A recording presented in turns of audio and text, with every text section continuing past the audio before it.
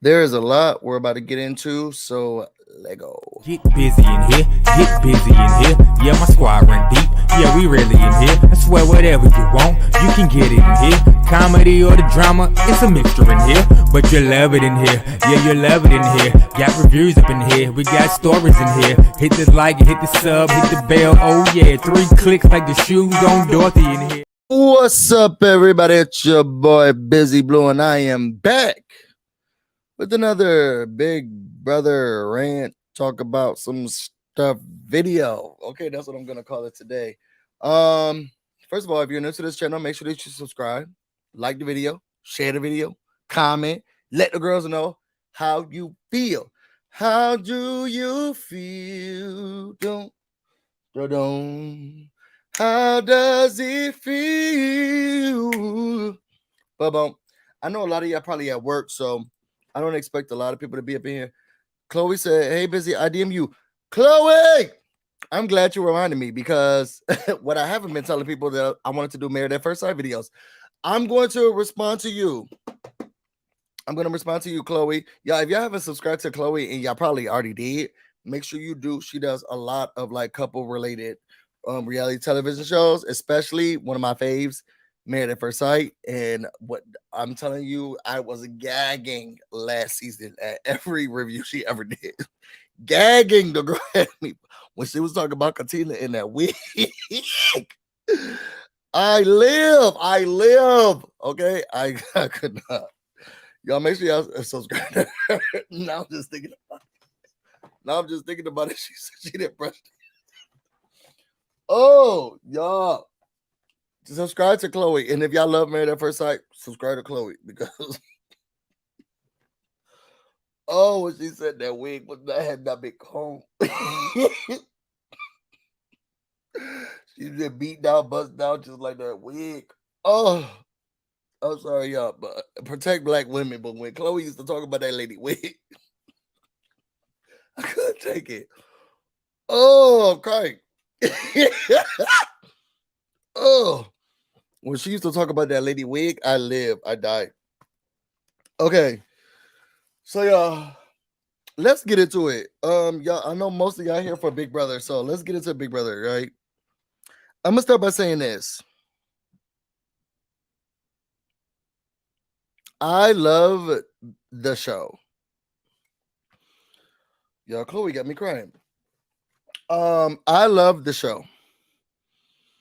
I love every part of Big Brother. I have been watching Big Brother since I was a child with my family. Mainly with my mother. So my mother started watching Big Brother before me. The first season I watched was with Danielle Reyes. The winner was from Rochester, New York. The only winner we acknowledge is Danielle. But even though she didn't win, but y'all get what I'm saying. But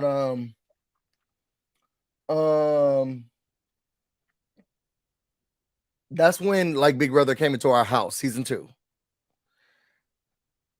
So from there, it's been like a staple part of our family. It's been a staple part of our communications. Like even now, like our family stays together. And we're talking about Big Brother, like what happened, like we're in there. Now, my mother has always been a feed watcher. My mama loves the feeds. She used to love Big Brother After Dark on Showtime. And then I think it came to another channel. My mama was a Big Brother. I remember coming home from college, y'all. No, like this is no lie. I remember coming home from college trying to sleep, because when in our community, I moved out of school, and then my room became somebody else's room. Okay, it wasn't my room anymore. So then once I left, my brother got my room, so I had to sleep on the couch. But I remember being on the couch, and all I'm hearing is just people yelling, because they was arguing in the Big Brother house, because it went down in the Big Brother house after dark. It just kept our family together. It was something that we can all communicate about, talk about. We loved the strategy. Big Brother was our thing. Is our thing. Um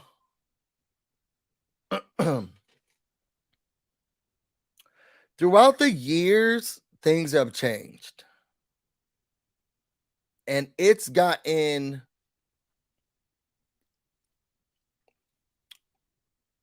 how old this? I'm gonna try to be careful in the way that I say it. As I say, I family know why the big brothers together stays together. Yes.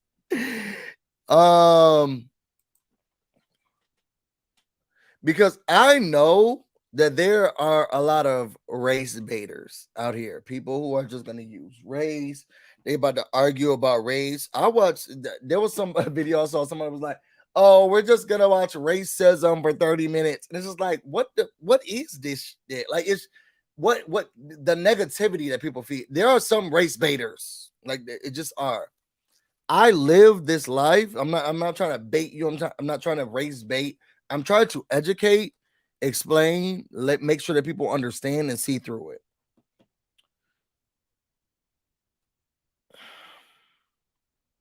Throughout the years, because of the strides that have been made by Black people, whether it's through civil rights movements, whether it's through job equality, pay gaps, whether it is through, the right to the differences in sentencing, policing, reforming,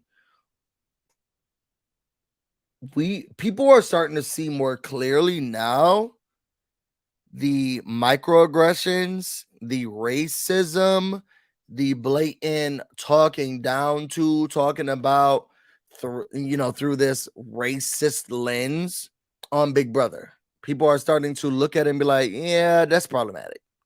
Oh, now I'm seeing it. Now I'm seeing it. Oh, I didn't see it before. Now I understand what they were saying. Because of the strides that Black people have made, people are starting to clear the haze. Sorry, y'all. People are starting to clear the haze on what a lot of these microaggressions, these backhanded insults and stuff look like. And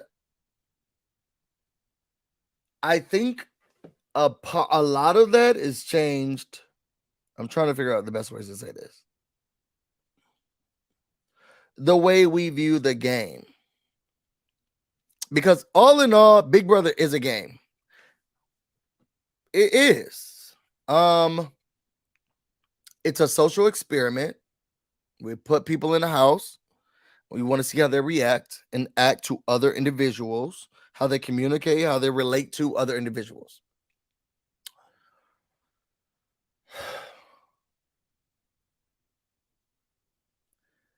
There's a game, and then there's acting in and acting with and confines of the game. But then there's also blatant racism, homophobia. There is ostracization. Like there's certain things where it's just like you can't go around. You're just being racist. You're being homophobic. There's certain things that are game things, and there are certain things that are racist things. There are certain things that are homophobic things. There are certain things that are xenophobic things. And I feel like these past couple of seasons are highlighting the homophobia, xenophobia, racism, or racist nature of these house guests, of these individuals, aka Paloma. I'm gonna start by saying this. As a Black YouTuber, podcaster, individual who talks about the show, and I again, for those who have not been here before, who don't know my background or anything that I've been through or what I've talked about before, I started talking about Big Brother because I had nobody else to talk to about Big Brother. Primarily, it was more white people. So when I went to Howard, people were like, "What's that?" In my home community, people was like, "What's that?" Like, people didn't know what Big Brother was. It wasn't a big it wasn't a big thing in the black community. It was more like, what's that? What's that show? Never heard of it. No, I don't know about it. Or that show's still long. It wasn't our thing. So when it came to getting connects, communicating to, talking to, y'all know in this community, we had several big players on YouTube specifically. We had several just major players. You had Rob Has a Podcast. You had Mad Rose. Who else? I want to say you had Rob Has a Podcast. You had Mad Rose. I want to say those were like, from my perspective, the major two podcasters of Big Brother, from my perspective. Outside of that, I ain't seen no black people. Rob Has a Podcast didn't have black people on it at that time. Matt Rose is her. They don't even have guests, so you ain't no problem over there. They ain't had no guests. But it was, I don't want to call it gatekeeping, but only a certain group of people could interview, talk to, be a part of, have, knowledge or intel on this show. And that's how it stayed for a very long time. I want to say, 20, 21 years. That's pretty much how it stayed. You didn't see no black people talking about, reviewing, having background knowledge, being able to communicate, talk to, da-da-da-da. It wasn't until the Cookout, and I want to give credit to Davon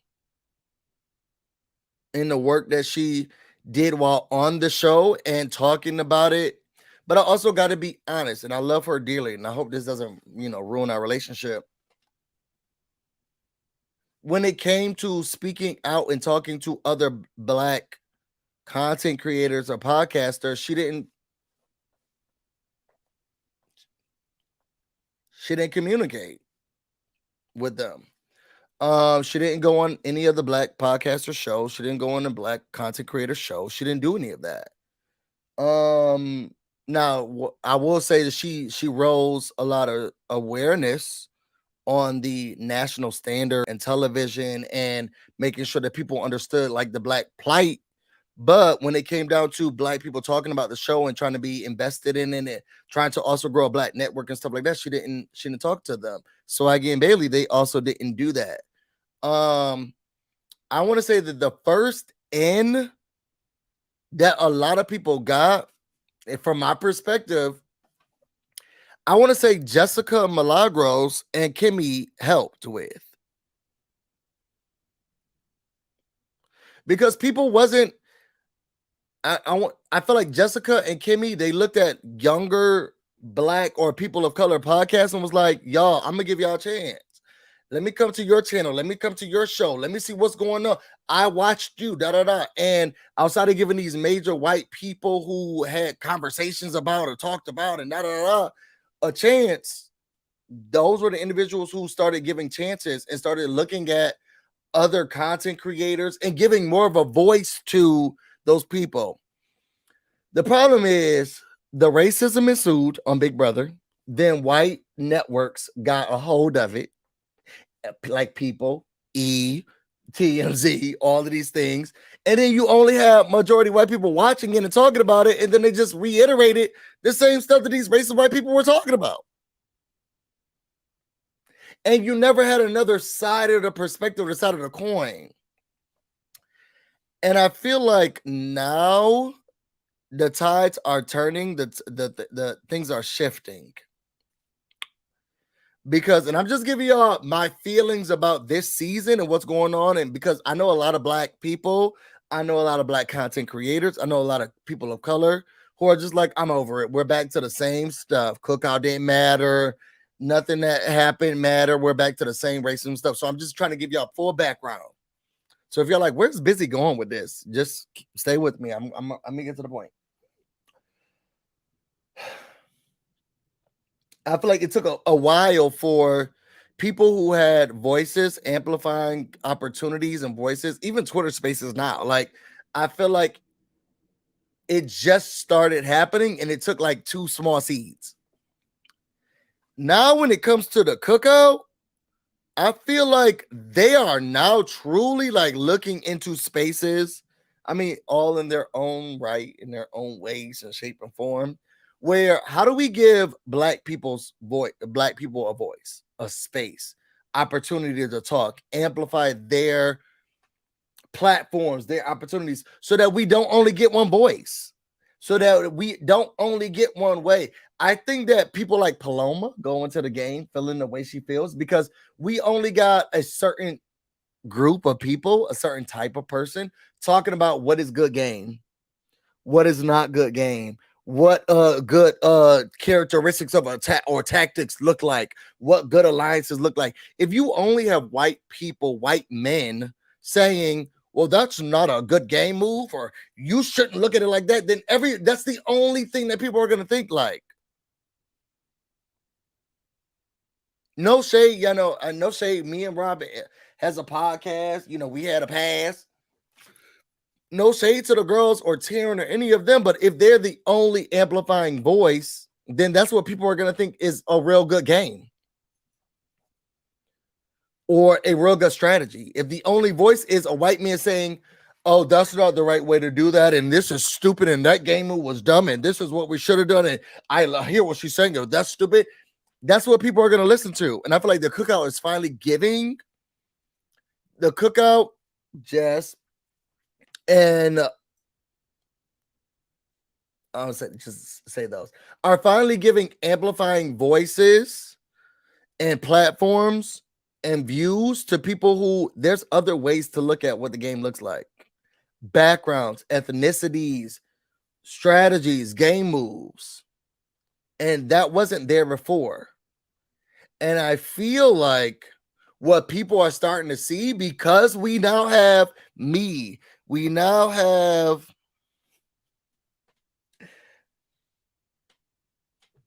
recency bias radio. We now have, I mean, we have a lot of authentic. I'm not gonna name everybody because some people, they're not my cup of tea.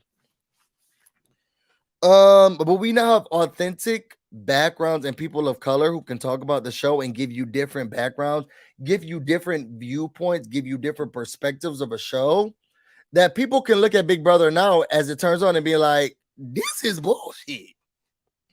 I feel like now people can look at the show and say, yeah, this bullshit. Where before, when we only had a white man or white people looking at the show and talking about it, it was just like, yeah, I can see why that's just a game move. No, bitch. No, it wasn't. There's microaggressions, there's racial undertones. And I feel like this season of Big Brother, because of the Cookout and what they were able to accomplish, and then now the amplification of other Black spaces and podcasters and stuff like that, more of the community are able to see, oh, wait a second. This is a little trashy. This don't seem right. This don't sit right. This doesn't seem well. And I'm happy that the veil is being removed from Big Brother and what is a game move and what is the best game move. And yeah, my comments stopped rolling. So if y'all been commenting, I can't see nothing. So the last comment I see is this one. But overall, I feel like this season of Big Brother is the turning point of the show. It's the turning point of the show. I was able to watch or listen to Davon's podcast yesterday, where in her video she talked about how she had a problem with someone touching her butt regularly and slapping her on the butt, and she cried to production about it. And the only thing that they did was sympathize with her, empathize with her, and say, "I'm sorry you're going through this," and then continue to let that man slap her on the butt or talk to her disrespectfully.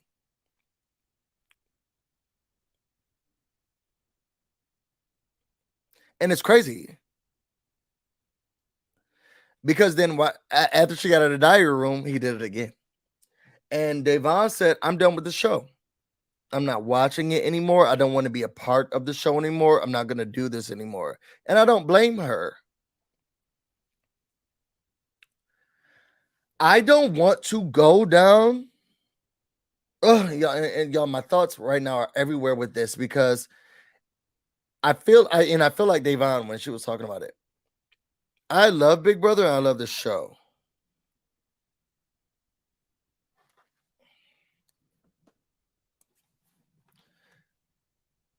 But we back to the beginning.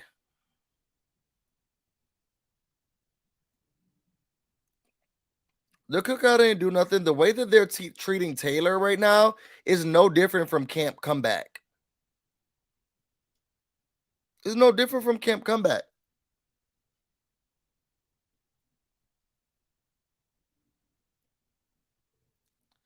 They're ostracizing her, and the reasons are stupid or lies.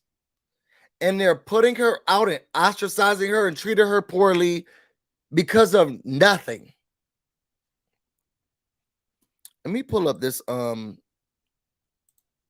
tweet. Babe, do you have that Twitter of all the black women? That tweet. Sorry, not that Twitter. I'm gonna go through my stuff because I'm gonna go through each person. Boom. Yep. Let's go through this. Because the thing is, Big Brother is back to the beginning. This tweet says, point of view, you've done nothing wrong and the whole house hates you. You've done nothing wrong and the whole house hates you. And look at these women of color.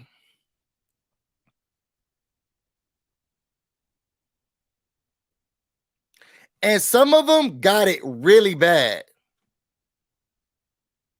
Some of these women got it really bad. Y'all remember Bailey, she had blood coming from her mouth and was going through a miscarriage. When they were just, come on, Bailey, come on, God, yeah, Bailey, please. Some of these people really got it bad. Y'all remember they was talking about why Kimmy shouldn't put her a whole, we just these shaker bottles in the, taking up room. It's the problems that these people had with black women. You can't do nothing. Y'all remember they popped over Candace's bed. What you gonna do, girl? What you gonna do? What you about to do, girl? What you gonna do? They flipped over her bed.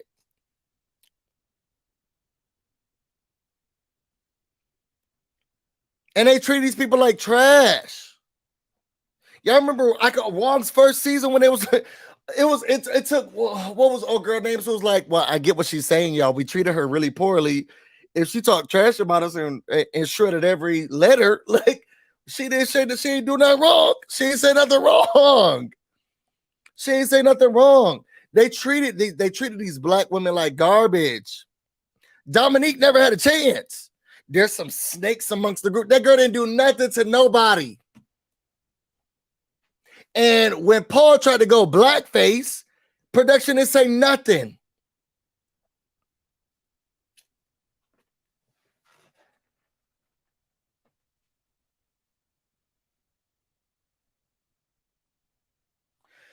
It's trash. I'm disgusted at how Monte is joining David 2.0.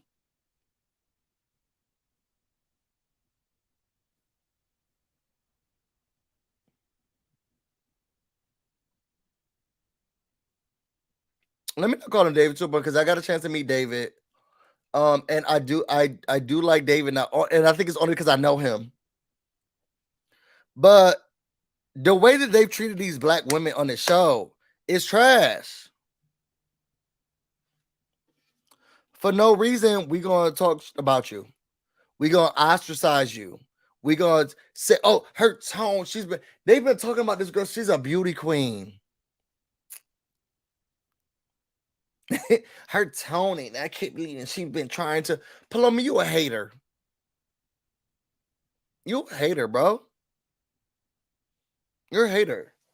And I think what I'm not going to do is feed into the fact that these people are acting like Big Brother players, and America has acted this whole entire time. Y'all don't like black women. Y'all don't respect black women. Y'all won't protect black women. And that's the bottom line. Y'all just won't. You got people running around here being allowed to just say whatever about this girl, and for what reason? None. It didn't make no sense. She didn't do nothing to anyone. She didn't do anything to anyone. She hasn't been reckless. She hasn't been rude. She hasn't been nasty. And still they're allowed to just trash her for no reason. If you want to kick her out, kick her out. Fine, sure. It don't matter. But to go around and say all of these things, y'all trash. And I know that that's what's going to be the pattern, because that's what Big Brother does. And I don't want to get sucked into race baiting. Y'all racist pieces of shit and y'all trash. And we already know it. Thank God we had Big Brother 23. We got a black winner. And now they're like, let's go back to the beginning. And we see it.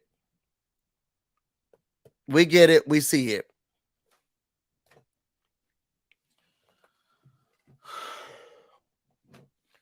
I'm going to watch this season because I love Big Brother. But I'm not gonna dive into. I'm trying my best not to dive into.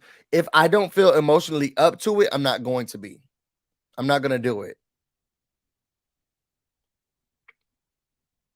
Because this stuff affects me. I was raised by a black matriarch.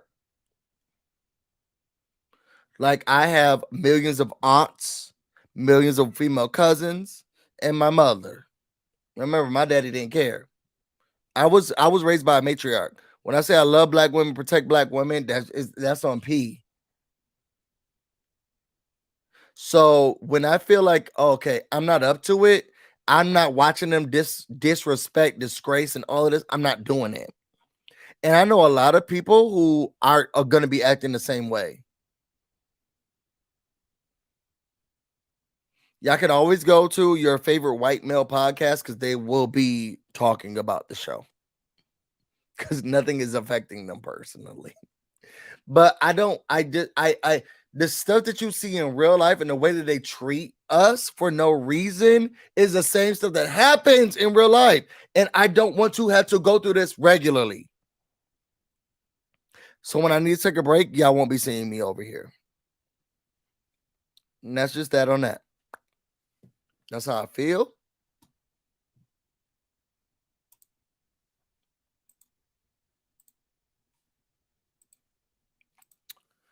In other news, I want to talk about my trip to New York.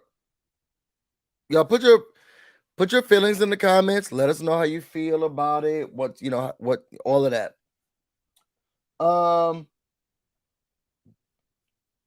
Justice for Taylor. I'm sorry, Taylor. I'm sorry you have to go through this. I'm sorry these people are trash that they casted you with. I'm sorry the black people that they casted you with are trash, including Jasmine and Monty. I'm sorry. I have fun in New York. What I will say about the Cookout or about the friends or connections that I made is that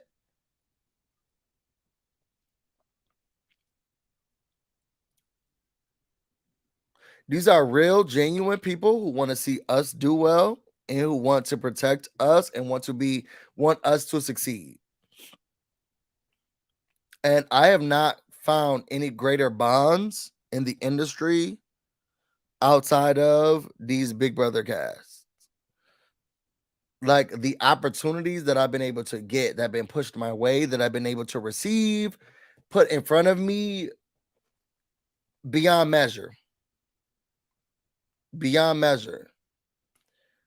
And it's because of the people that I love and the people that really want to see Black people succeed. I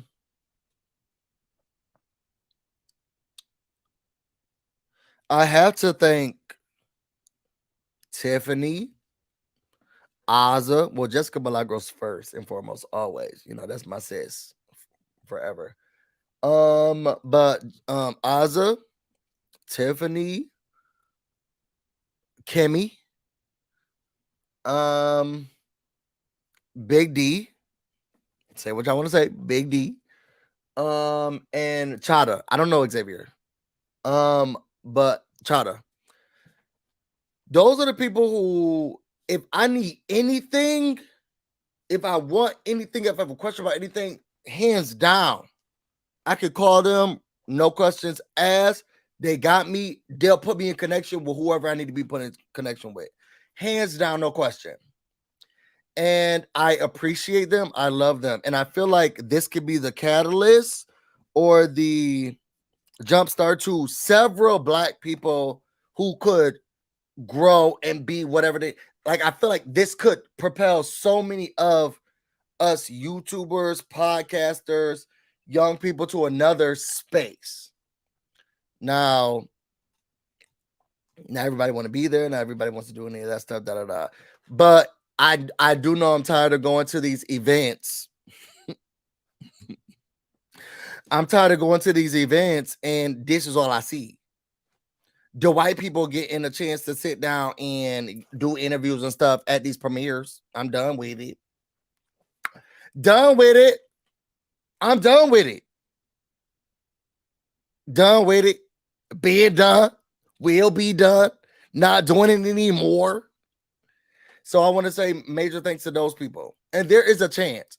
So y'all, I did have a chance to go to New York City and spend the premiere with Aza. You know, we've been to DC, we've been to LA, and now we did the last one in New York. She does a Cooking with Aza event where you got to get a chance to, you know, get food from her cookbook and then also get a chance to party with other Big Brother celebrities. It was so much fun. Let me put this up here. It was so much fun. There were so many people there. That's me. This me, okay? And then this is Cinco. Y'all see Cinco? When I say that man so fine, like on the TV and in person, every time I see Cinco, the man is fine. On TV and in person, the man is fine. He just is, okay? And y'all see me, I'm not acting a fool. I'm not doing any interviews. Just talking and chilling with the girls. Just talking and chilling with the girls. Let me see what other videos I got in here. This was how big the party was. Because we were watching Big Brother. But when it was a lot of people there. Some people knew me, some people didn't. Somebody was like, "Oh my God, I love seeing you on Robert's." Where am I? This was me taking a video. Oh yeah, that's Aza. And that was the bouncer. But it was so many people there. Just it was crazy amount of people. It was tons of fun. Y'all see them down there schmoozing because the girls get excited. Let me see if I can pause it and show y'all where everybody is, because I think that is Big D over here. That was Hannah down here. It's a lot of fun. Y'all see Big D here. That is what's the guy who, y'all put it in the comments. What's this dude's name? It's about to make me very upset. Nick. That's Nick. That's Nick. He was there. Nick was there. What else? What is this? Oh, that was just me taking a video. Because it was so many people there. Look at all those people. The girls were excited. What else do I have to show? You know, we was up at the top of the VIP. Everybody was there. That's Monica behind me. Right here. That's Monica. I didn't mean to show you all of that. I got a chance to meet Sharon. We became best friends. Loved her. And me and Caitlin Herman. Y'all, the first time I met, me and Caitlin, we talked forever. She wanted to talk to me. She was like, let's talk. We sat down, we talked. But y'all, how about I bet when I met up with David, it was me, Jessica, somebody else was talking, and David came over, was like, hey, nice to meet you. I was like, David, we met like 4 times. I'm not gonna tell y'all what he said, but he was like, oh, busy, always be busy. I remember you now because you're busy. Busy, always be busy. It was just a mess. It was just a mess. But then me and David, like, we talked throughout the rest of the night, but he is a cool guy. I don't want y'all to think that he's not. He's a lot of fun. He's a cool guy. Do he like the black people like that? I don't know. But overall, he was a lot of fun. I have a meeting in 5 minutes, so let me get ready for that. All in all, I want to say this season ain't the season for us. And I never thought it was going to be the season for us. But welcome back to old Big Brother.